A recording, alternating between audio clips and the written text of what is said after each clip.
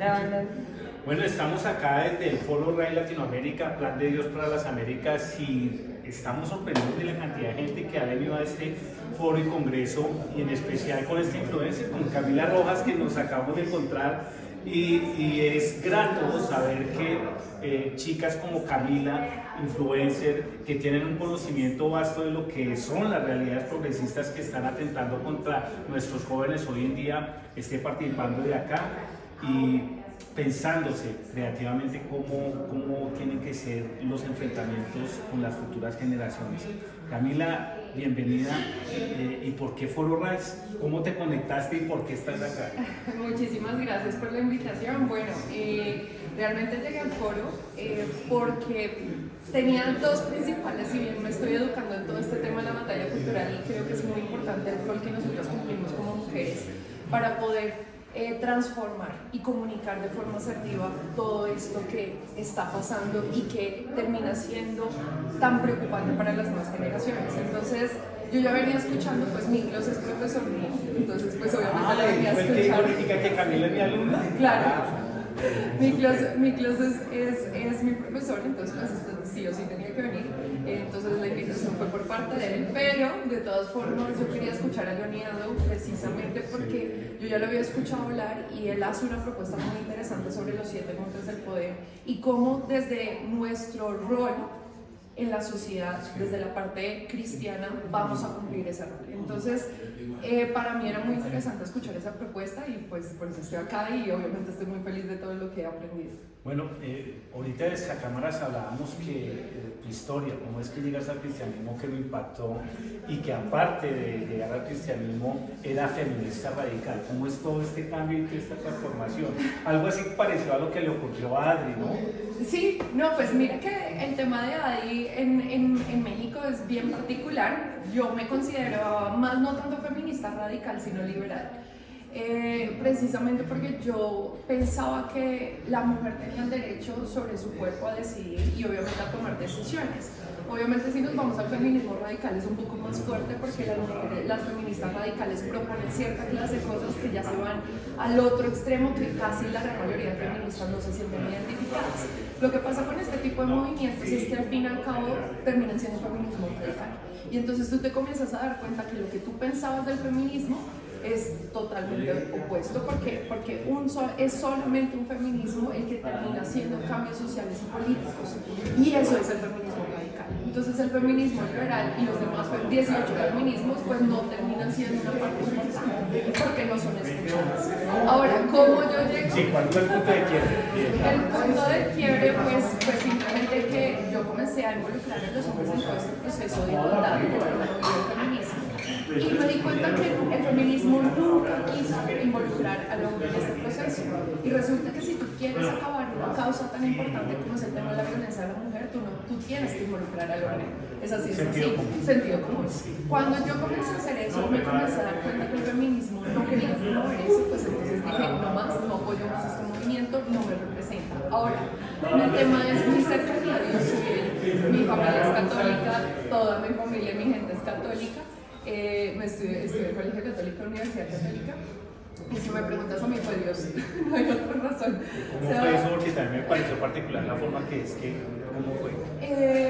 Realmente fueron experiencias que yo tuve, Dios me fue enviando personas, desde un taxista hasta la mejor amiga de mi jefe, y me comenzaron a dar mensajes de Dios. Me decían, léete tal cosa en la Biblia y vas a hacer esto, y o sea, no comienzas ya a hablaban de estudiar. religión, sino ya hablaban el texto bíblico, la fuente de origen. Exacto. Y que es la que te ministra. Exacto, por ejemplo, el libro de Esther. Entonces, cuando tú ya comienzas a entender desde la parte de Siren como católica lo entendía, era que cuando tú estás hablando de cosas que realmente son proféticas, siempre te van a enviar al libro. Nunca te van a decir, oye, es que Dios te mandó este mensaje y ya. No, siempre te van a enviar el libro para que puedas entender y comenzar a educarte sobre él y sobre la verdad.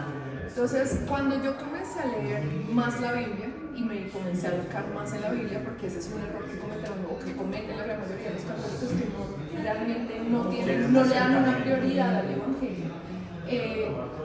dije, yo ya no soy católica. Veo muchas cosas y muchos errores precisamente del catolicismo que no me representan a lo que yo pienso y lo que es la verdad sobre Dios. Entonces me alejo del catolicismo, me vuelvo y me considero cristiana.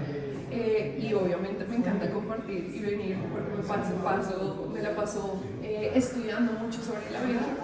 Me encanta precisamente porque precisamente la iglesia cristiana tiene le da esa importancia al libro sagrado, que realmente es lo que nos dejó Dios. Entonces ahí automáticamente me comencé a alejar de todas las cosas que no correspondían a él, y entre esas pues está el feminismo, que no va con el pensamiento de Dios. Bueno, me impactó ahorita en la conferencia que tú estabas ahí, una expresión con la que me identifico y es el bioconservadurismo, ¿Sí? que se quiere acuñar. Yo ya estoy conectado y yo quiero empezar a promover esa expresión del bioconservadurismo para toda la gente acá en Latinoamérica. ¿Tú cómo ves eso? O sea, ¿cómo viste la explicación? ¿Cómo viste que Víctor lo está haciendo?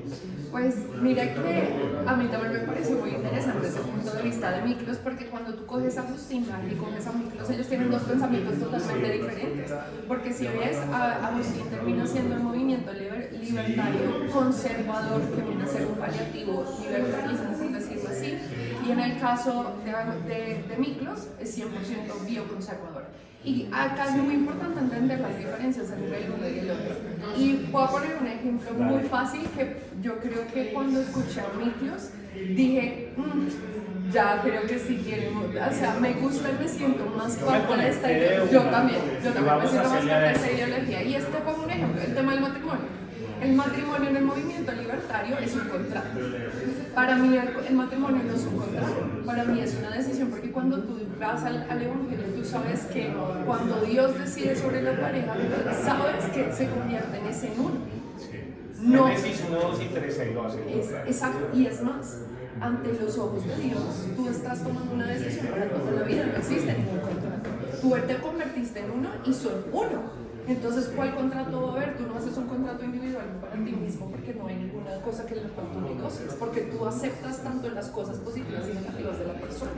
Y precisamente cuando tú entiendes esa parte tan importante que tiene que ser transformadora en términos políticos, tú te das cuenta que la parte del bioconservadurismo, que es la forma natural de cómo se tienen que expresar las personas y cómo tienen que tomar decisiones políticas, pues ahí tú comienzas a decir, lo que dice Miklos sí tiene razón.